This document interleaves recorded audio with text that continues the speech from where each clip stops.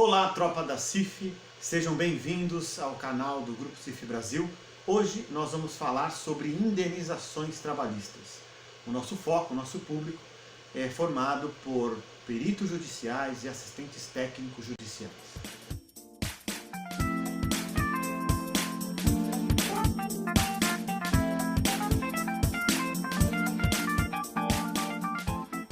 Quanto você vale? Quanto você, trabalhador, vale? Quanto o trabalhador sobre o qual você escreve o seu laudo vale? É sobre isso que nós vamos falar, sobre as indenizações trabalhistas, sobre como escrever os laudos, usando a CIF como conceito, usando a CIF como ferramenta de codificação, usando a CIF como uma forma de nortear o seu jeito de pensar e o seu jeito de escrever. Por favor, caso você queira, tenha um bloco de notas para que você anote as suas dúvidas, porque hoje nós não vamos conversar, vocês apenas vão me ouvir e vocês poderão, ao final, eu vou mostrar uma maneira, um canal, onde vocês podem fazer as suas perguntas, colocar as suas dúvidas, as suas questões, os seus comentários, e então eu poderei responder depois, usando um outro vídeo, posso responder por e-mail, posso responder por mensagens, assim como você quiser. Então, por favor, anote todas as suas dúvidas e comentários para que você, ao final, consiga interagir com o Grupo CIF Brasil. Tudo bem? Bom, se você é assistente técnico, se você é perito, você conhece a Organização Internacional do Trabalho, a OIT. Você provavelmente já ouviu falar sobre a CIF. E você também já conhece algumas convenções da Organização Internacional do Trabalho. Então, se você não conhece, a Convenção 155 fala sobre segurança e saúde do trabalhador. Basicamente, o que acontece é o seguinte: as empresas têm uma razão social. As empresas têm um significado para existir. A razão social é a motivação da empresa para existir. A empresa presta algum serviço para a sociedade, a empresa disponibiliza algum produto, um material de consumo ou um material permanente para a sociedade, portanto ela tem importância na sociedade e ela tem colaboradores, funcionários, empregados, pessoas que, por causa das suas habilidades, dons, talentos, têm relação com aquela razão social e participam desse contexto. Esse trabalho é um trabalho remunerado e a empresa não pode, por causa do trabalho, causar dano à pessoa, dano físico, dano emocional, enfim, dano à saúde da pessoa. É essa relação que precisa ser estudada e é sobre isso que nós vamos falar usando a CIF. Então, um acidente que prejudique o trabalhador deve gerar uma indenização.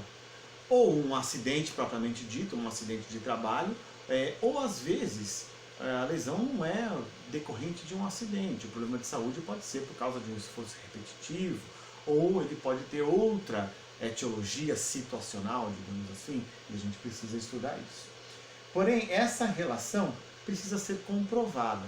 Então, basicamente, o que precisam fazer os assistentes técnicos de ambas as partes e o perito é definir se existe uma relação, se essa relação entre o trabalho e o dano, ela deve, se ela existir, se ela realmente existe, se ela existe, ela deve gerar uma compensação financeira para o trabalhador.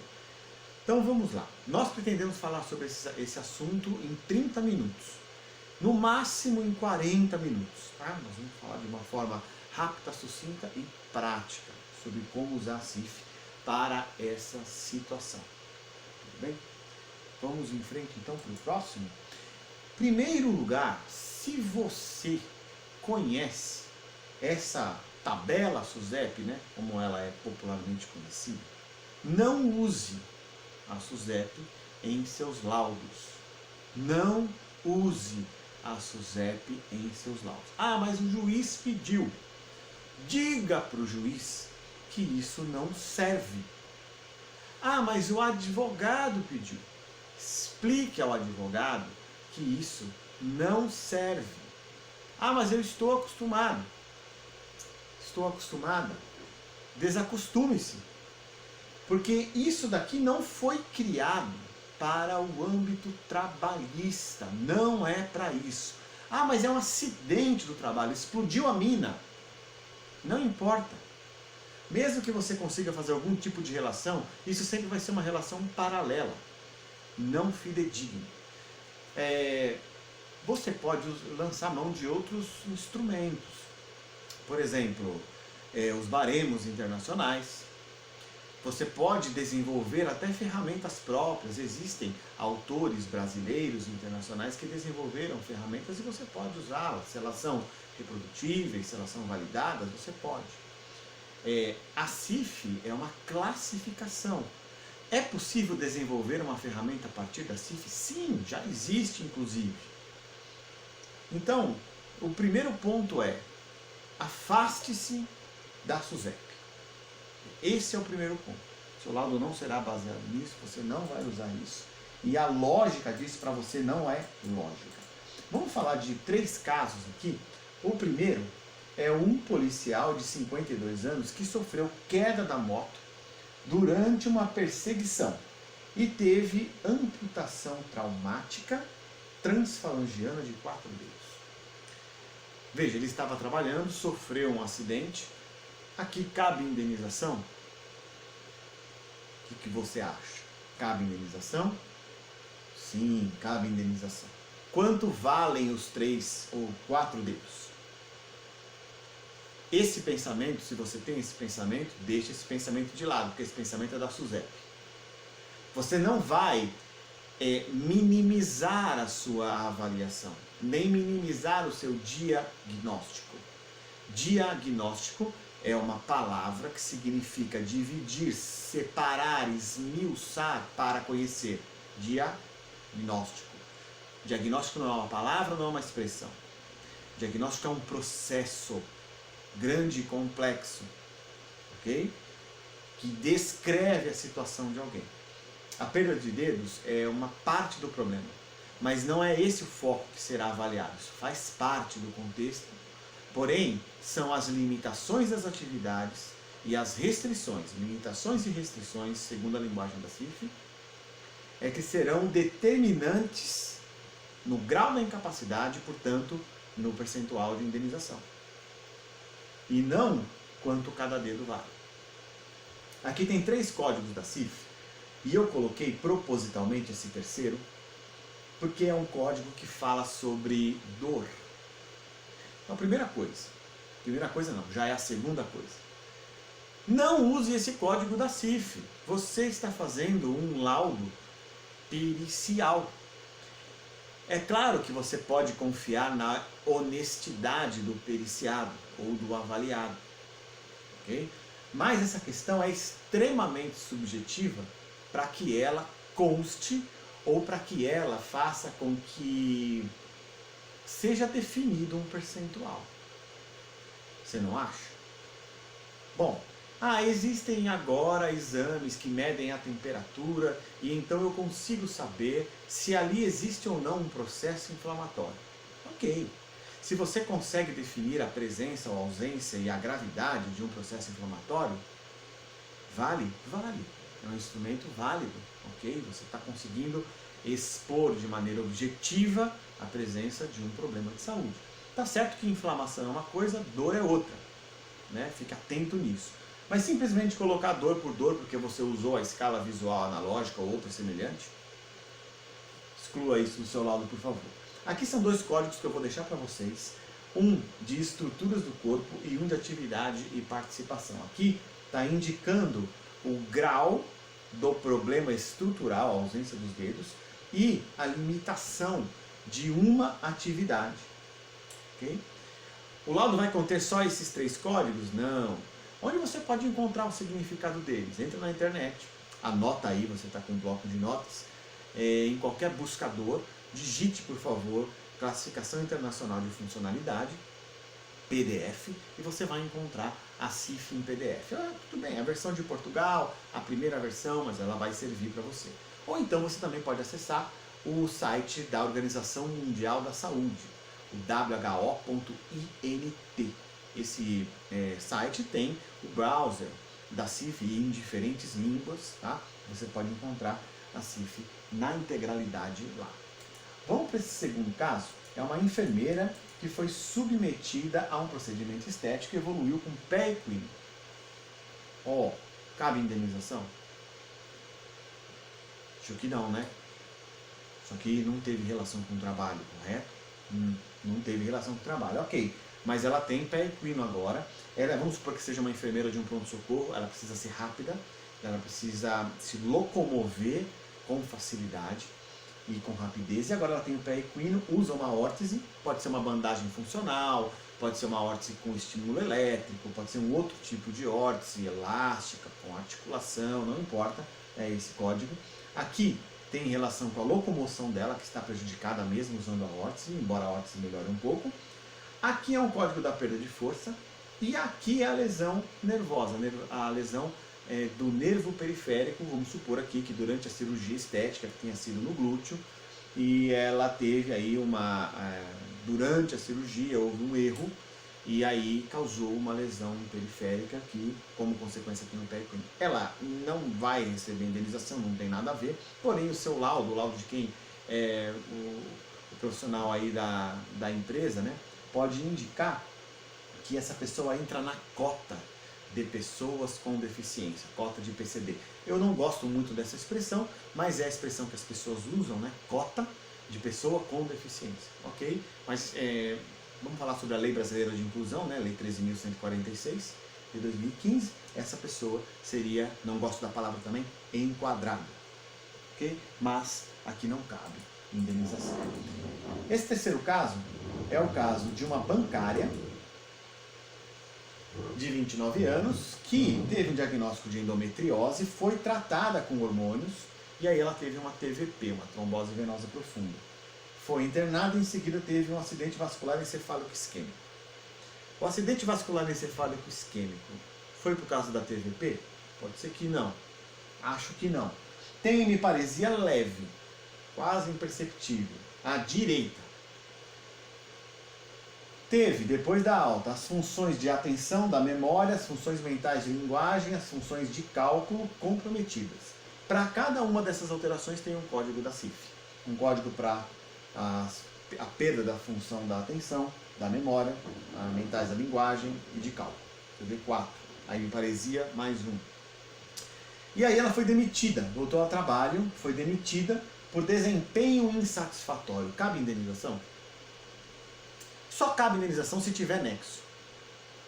Mas ela teve a TVP por causa do tratamento hormonal. A empresa não tem nada a ver com isso. A maior parte de vocês pode pensar desse jeito. Ok, não tem nexo.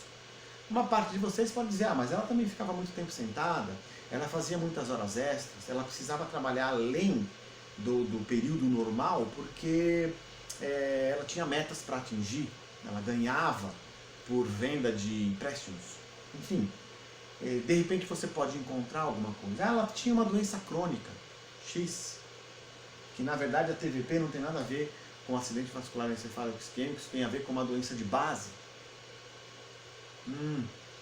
Não, na verdade o problema é que quando ela voltou ao trabalho, ela não foi bem examinada, o caso não foi bem avaliado, não houve um processo diagnóstico completo e perfeito. Porque eles deveriam ter percebido que ela não poderia voltar a fazer a mesma coisa. Agora ela tem que calcular juros, e ela não tinha a possibilidade mental necessária para fazer o mesmo trabalho. Então, aqui, ok, estamos em dúvida, né? Se aqui cabe indenização ou não. O ideal, vocês devem estar pensando aí, seria que vocês tivessem mais informações, né, sobre o caso. Tá?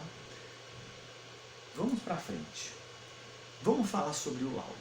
E agora nós vamos fazer uma rápida pausa que eu vou deixar aqui mais escuro para que vocês vejam melhor o slide, tá bom? Como fazer o laudo? O que significa usar a CIF no laudo? Significa codificar? Significa pegar aqueles percentuais que estão na CIF e aplicar aquilo como grau de incapacidade? Não. Usar CIF é muito mais que isso. É usar o modelo, ok? É usar o modelo dela e é ter o foco na questão das atividades e participação e não no corpo. É isso que muda. Por isso não use a SUSEP. Não vai ter assim, ó, meio dedo vale 3.000 reais. Uma mão vale 7.000 reais. Não. Você não vai analisar o corpo. O corpo faz parte, ou a alteração, né, no corpo anatômico ou fisiológico, essas alterações fazem parte do contexto. Porém, o que você vai avaliar é a perda, é a incapacidade laboral. É a incapacidade da pessoa. A incapacidade laboral faz parte da incapacidade. E é isso que você precisa mensurar. É isso que você precisa mensurar. É isso que muda com a aplicação da CIF. Então eu vou falar aqui sobre partes do laudo. Nós vamos dividir em 3 partes. Ok? Deixa eu apagar a luz e ficar aqui que vai ficar melhor. Então, o que você precisa observar? Você precisa observar na primeira parte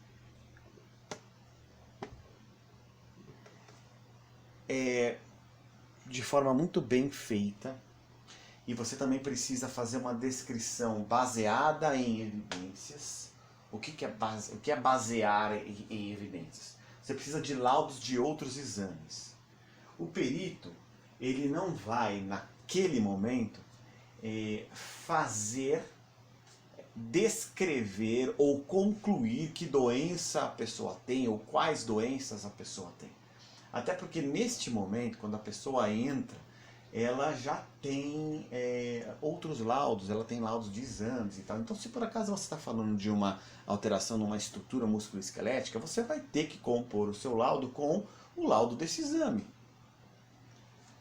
Da ressonância, do ultrassom, né? Se você está falando sobre uma alteração metabólica causada por algum contato com um agente químico, enfim, você tem que ter o exame de sangue. Então, tudo que você disser com o seu laudo da CIF precisa, obviamente, estar comprovado. E aí, comprovar as alterações fisiológicas e anatômicas, que nós, que trabalhamos com a CIF, chamamos de alterações nas funções e estruturas do corpo, tá? É a mesma coisa, alteração fisiológica e alteração anatômica. Na CIF chamamos de alterações nas funções e estruturas do corpo. Você precisa comprovar, ok? Você precisa comprovar. Bom, havendo isso, você também precisa descrever quais são as limitações de atividades e as restrições de participação. Puxa, qual é a diferença? O que são atividades? Atividades na CIF são 6 componentes, 6 domínios de domain na CIF, que você precisa observar. Eles partem do aprendizado e aplicação do conhecimento, das tarefas gerais, incluindo o planejamento pessoal, a comunicação, a mobilidade, o cuidado pessoal, a vida doméstica que está fora do trabalho. Todas essas questões, elas vão lá do capítulo 1 ao capítulo 6, precisam ser observadas para você dizer, como perito ou como assistente técnico, quais são as dificuldades que a pessoa está enfrentando agora que antes ela não enfrentava.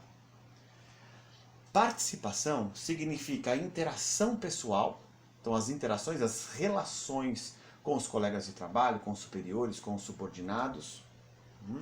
Então, quando você tem um diagnóstico na CID, que começa com F, muito provavelmente, quando você tem na CID, um que começa com F, na CIF, você no capítulo 7 vai ter dificuldades nessas interações pessoais. Okay? Também tem a questão de conseguir ou não um novo emprego e entra também na coisa da recreação e lazer. Isso é restrição da participação. É necessário agora que existam facilitadores ambientais? Então, no caso da enfermeira, ela precisa de uma órtese, certo? Seja qual for. Essa órtese é um facilitador ambiental. Existem barreiras ambientais no trabalho que impedem a pessoa, vamos supor que era um motorista que sofreu um acidente e agora ele foi readaptado, ele é o porteiro da empresa, porém a portaria na qual ele trabalha exige, fica num local onde exige que quando ele consegue dirigir, né, ok, um carro adaptado, mas ele precisa subir um lance de escadas, né, só que ele usa cadeira de rodas agora. Então, não tem elevador, a escada para ele é uma barreira. Então, essas questões precisam ser descritas, fotografadas. Você que conhece, vamos dar um exemplo de uma pessoa que trabalha numa linha de montagem, uma montadora de veículos e que ao mesmo tempo faz academia. Tá? Então ela tem um problema no ombro, M75. Qualquer problema, vamos lá. É um problema articular, ligamentar, é um problema tendinoso, enfim, ela tem um problema X no ombro. E aí você conhece os movimentos que ela executa, você sabe quais são as amplitudes de movimento, de flexão, de abdução do ombro, que são seguras, ok? Você também sabe, consegue fazer uma relação do torque, da alavanca com a força e a estrutura que a pessoa tem, física e muscular. Então, dentro desses parâmetros, você precisa dizer se a pessoa foi ou não prejudicada pelo trabalho. De repente, esse rapaz que eu estou dizendo foi prejudicado pela academia e não pelo trabalho. Uma observação importante é que você vai identificar a incapacidade laboral, mas a incapacidade da vida da pessoa também precisa estar identificada. A incapacidade laboral é grande parte da nossa incapacidade, né? Quando ela existe em algum grau. Todas as pessoas passam ou passarão por algum grau de incapacidade na vida. A incapacidade não é algo inerente a determinado grupo, A, B ou C, ou determinada faixa etária, né? A incapacidade é uma experiência universal, ok? É uma experiência universal. Ocorre que, quando a incapacidade laboral aparece, se ela aparece, ela precisa ser investigada para ver quem que pode ser apontado, né, como o causador dessa incapacidade laboral. A parte 2 do laudo, nessa parte você precisa dizer se existe nexo. O que é nexo? Nexo é relação. É uma relação de causa e efeito. Então, ok, o problema está constatado. Existe um problema. É um problema numa função, ou em várias funções, ou em uma estrutura, em várias estruturas. A pessoa tem limitações, ela tem dificuldade de realizar algumas atividades. Atividades relacionadas ao trabalho, atividades da vida diária. Ela tem algum grau de restrição de participação social. Ela precisa de alterações ou de facilitadores ambientais. Ela enfrenta barreiras ambientais. Pode enfrentar, pode não enfrentar, mas você descreveu todo esse contexto. Então não é apenas uma descrição do corpo, certo? É isso que vai mudar no seu laudo. É o corpo inserido no ambiente, então você tem de um lado o corpo, do outro lado o ambiente. E você vai estudar essa relação do corpo com o ambiente para dizer se existem ou não limitações e restrições. Limitação das atividades ou restrição da participação social. Bom, havendo nexo, então vamos lá. O nosso trabalhador da linha de montagem de uma montadora de veículos, ele também faz academia. De repente esse problema do ombro não foi causado pelo excesso de movimento que ele faz na montadora, mas foi causado pelo que ele faz na academia. Vamos supor que ele faz atividade em uma academia e não segue à risca as orientações do professor.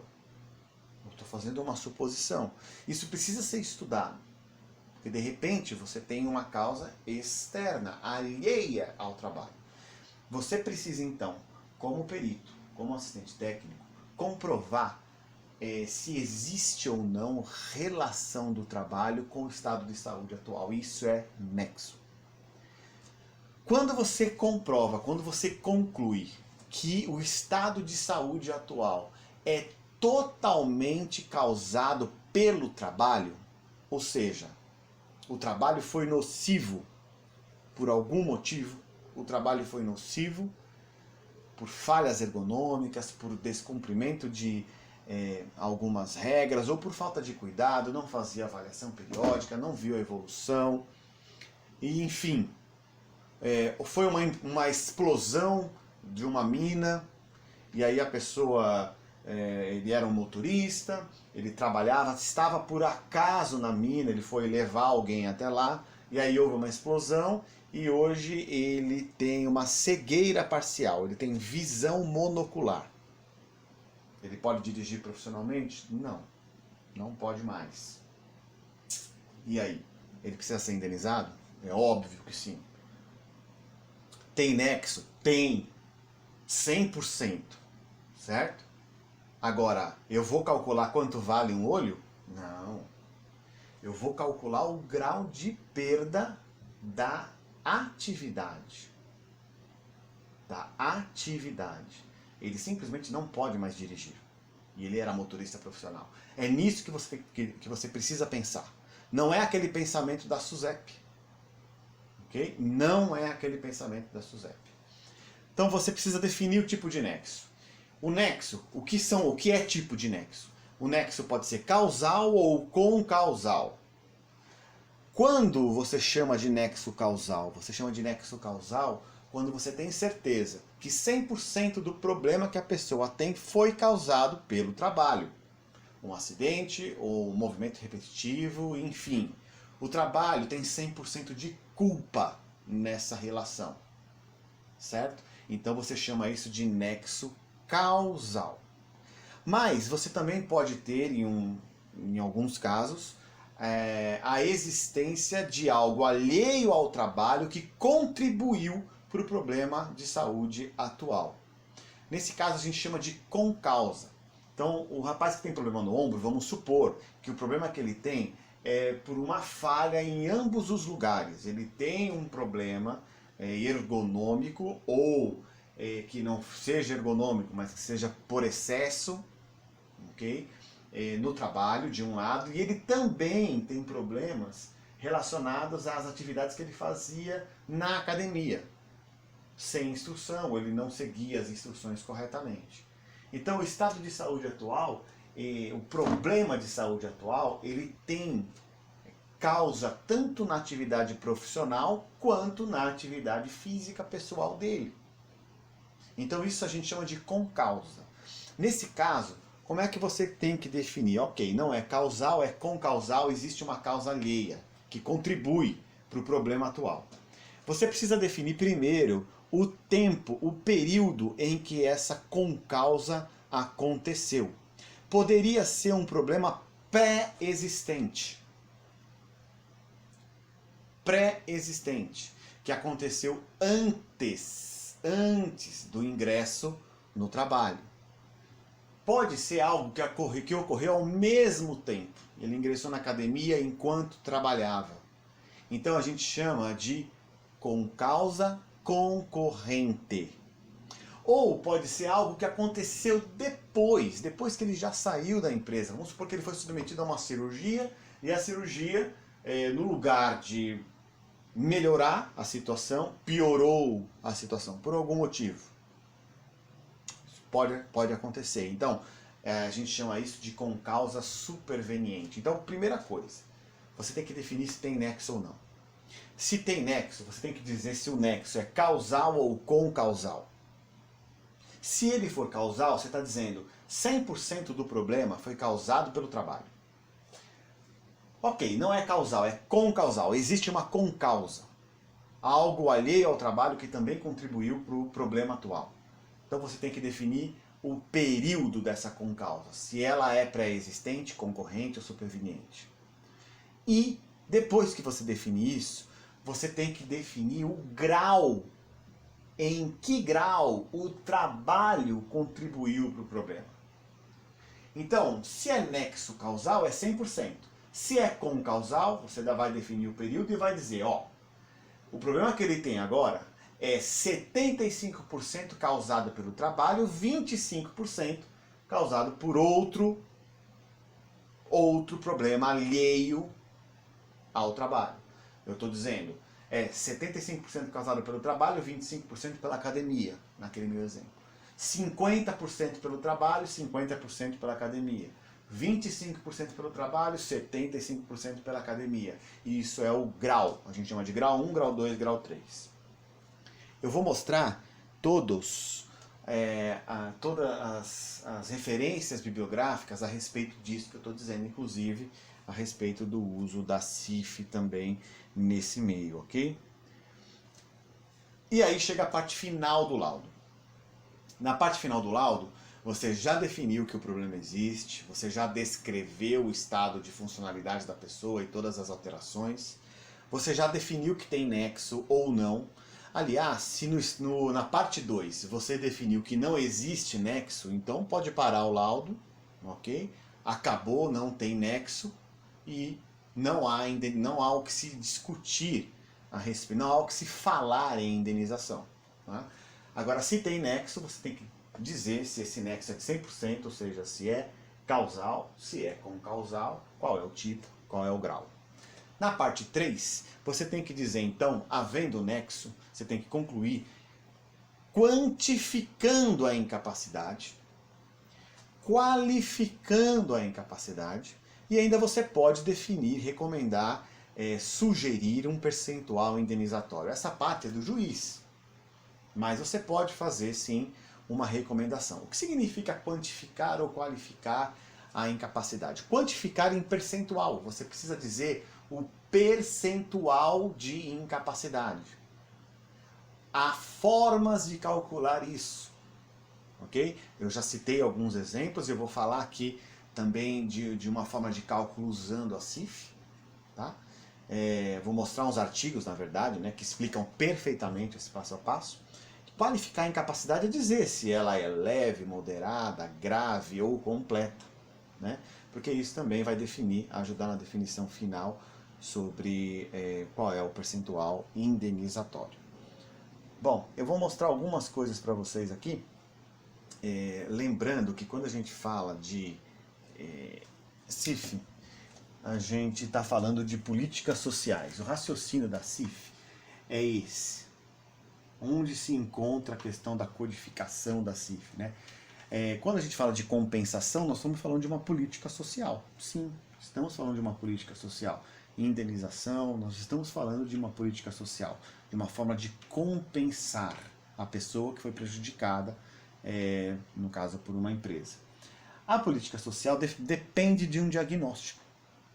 E esse diagnóstico é feito a partir de estatísticas. Os dados geram indicadores, os indicadores analisados detalhadamente geram informações de saúde e aí você pode desenhar novas políticas ou melhorar políticas existentes. Então, quando a gente fala de funcionalidade, nós ainda somos muito pobres, porque nós usamos apenas CID, né? Que doenças as pessoas têm. Esse é um dado importante, mas você pode muito bem ter várias pessoas com o mesmo código da CID e com códigos da CIF diferentes. Então, por favor, em qualquer tipo de política relacionada à funcionalidade, seja por faixa etária, políticas de idosos, seja mesmo para o trabalho, né, políticas de saúde do trabalhador, elas têm que considerar a CIF. E você vai fazer isso só na hora de fazer um laudo, onde uma pessoa está pedindo uma indenização? É claro que não. Quando que você tem que usar a CIF? O tempo todo. Você tem que usar a CIF na hora de fazer a admissão da pessoa, de todos os funcionários. Você tem que usar a CIF nos exames periódicos. Você tem que usar a CIF nos exames demissionais. Você tem que acompanhar, fazer a codificação a partir de um raciocínio biopsicossocial. E para fazer esse uso clínico da CIF, você precisa conhecer a linguagem dela. Tudo isso para garantir o último ponto. Porque a CIF diz que ela é isso, né? Ela é uma ferramenta de linguagem, é uma ferramenta clínica, é uma ferramenta estatística, é uma ferramenta de políticas sociais. Só que quando ela fala isso, ela não está dizendo que ela é isso separadamente. Na verdade, existe aqui uma relação de dependência e uma lógica temporal. Ela só é uma ferramenta de políticas sociais se ela antes for usada como uma ferramenta estatística. E ela só é uma ferramenta estatística se ela antes for usada como uma ferramenta clínica. E ela só é uma ferramenta clínica se você a conhece como linguagem. Bom, eu recomendo fortemente que você adquira a CIF. Entra aí na livraria USP. Não compre a CIF para crianças e jovens, tá? Porque ela já foi extinta, suas categorias estão sendo aos poucos incorporadas à CIF. Então compre a CIF, a versão atualizada, a última é de 2015. E nessas páginas você vai ver que a CIF é utilizada para seguros, que ela é aplicável a todas as pessoas e não apenas as pessoas que têm algum problema, né? Uma pessoa totalmente saudável pode ter sua situação classificada pela CIF. E é bom fazer isso porque você consegue identificar riscos que a pessoa corre de ter a sua funcionalidade prejudicada, né? Já que ela tem um ambiente todo, um componente todo de fatores ambientais. Ela classifica a situação das pessoas e não as pessoas. A matriz da informação está no D, atividades e participação, não é o corpo. Não é o corpo, ok? Atividades e participação, é por isso que o seu laudo, quando você usa CIF, ele vai ter que ter a sua conclusão baseada no D, em atividades e participação, e não no B e no S, funções e estruturas do corpo. Ela também, claro, classifica isso. Eu coloquei a questão do qualificador 8 porque é um qualificador inespecífico. Ele diz assim: existe um problema nesse domínio, existe um problema nessa categoria da CIF. Pode ser de qualquer parte dela. Só que eu não consigo graduar esse problema, por isso que eu coloco 8. Então, às vezes você tem um problema, como a gente falou de dor, né? E você não consegue graduar, você usa o 8. Só que eu não recomendo que um perito ou que um assistente técnico use o 8. Porque ele é perito, porque ele é assistente técnico. Ele tem que detalhar, o quanto mais melhor, né? Eu coloquei aqui como exemplo para que você que é assistente técnico, você que é perito, não use o qualificador 8. Eu vou mostrar para vocês algumas coisas que eu acho que são relevantes. Eu disse que no final eu falaria sobre como questionar, como fazer perguntas, né? Se você anotou todas as suas dúvidas e os seus comentários. Entre no portal multifuncional da CIF, você pode digitar portal da cif.com.br ou cifbrasil.com.br, você vai abrir essa página e vem em serviços, tá? Em serviços, você que vai estar assistindo o vídeo vai fazer uma pergunta, você pode descer aqui, ó, em solicite um vídeo sobre suas dúvidas, tá? E aqui você faz a sua pergunta e até se você quiser pedir para que eu responda por e-mail, eu posso responder por e-mail, eu posso responder com um novo vídeo também. Se você quer conhecer a área de peritos judiciais, é aqui, tá? E aqui a gente também tem várias revistas científicas, registro eletrônico de pacientes, curso online. Esse aqui, capacitação para uso, é outro curso online, tá? O portal educacional, cálculo de indicadores. Enfim, a gente tem aqui uma gama de possibilidades da CIF. Eu não quero me inscrever e pagar a mensalidade desse portal. Você tem 10 dias gratuitos, então quando você for fazer a pergunta aqui, ele vai pedir, né, os seus dados, você vai ter que fazer o seu registro, vai ter que colocar algumas informações pessoais suas, e você vai fazer a sua pergunta e acompanha o nosso canal, o e-mail, mas você pode cancelar a inscrição até o 10º dia e nada será cobrado, tá?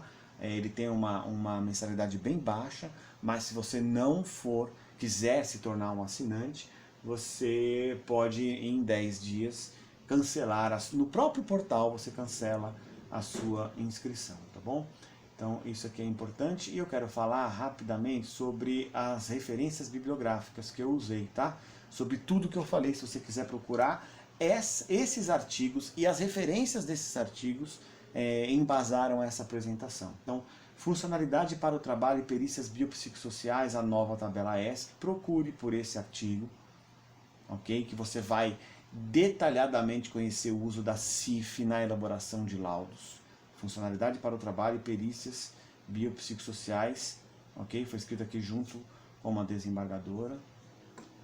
Se você quiser conhecer os métodos de cálculo da tabela ESC, ESC significa escape, tá? É um método de uso da CIF para laudos periciais. Da revista CIF Brasil, também, ó, na edição 11, né, publicada em 2019, você também tem aqui a fórmula, né, que é exatamente a fórmula, em um caso ao final, onde se conclui, ó, aqui o percentual de incapacidade, 17%, e aqui como foi grau 2, a indenização de 8,74%. E tem também uma outra revista, que eu também quero que vocês procurem, a revista Imersão, também de 2019, julho de 2019, ela também traz um artigo sobre a CIF, a nova tabela ESC, julho de 2019, tá? Edição de julho de 2019 da revista Imersão. E quero falar também, você que gosta de livros, alguns livros que eu publiquei. Esse eu publiquei em 2011, Manual de Utilização da CIF em Saúde Funcional. Esse livro aqui está na Amazon, ok? Você também na Amazon encontra um livro em inglês, que é o Using ICF. Aqui fala sobre indicadores de saúde, né? E tem bastante coisa sobre a saúde do trabalhador. Se você compreende inglês, vale a pena comprar esse livro, ok? Esse valor aqui é em dólar, ok? E os mais recentes são da editora WAC, livros que eu organizei. Eu escrevi alguns capítulos, tem aqui vários autores da CIF, inclusive pessoas do INSS, que contribuíram para esses livros, né? Aqui é o Implantando a CIF, que acontece na prática, onde as pessoas falam sobre o que aconteceu em processo de implantação da CIF, em centros especializados, em universidades, no próprio INSS. E aqui é um livro mais prático, vamos dizer que é mais técnico, né? Esse livro é menos técnico, esse livro é mais técnico, falando sobre a codificação de diagnósticos usando a CID e a CIF. Lembrando que diagnóstico significa dividir, separar para conhecer. Então não se trata de uma conclusão, mas de um processo, ok? Então você não vai pensar diagnóstico como uma palavra, uma expressão, mas como um parágrafo, tá? Então aqui nós vamos falar a respeito disso. São 4 livros que eu recomendo fortemente que vocês utilizem. Bom, muito obrigado pela atenção de vocês. Espero encontrá-los nas próximas palestras. E estou à disposição. Entrem no site para fazer as suas questões. E até a próxima. To learn and to incorporate it, your mind must be white like snow.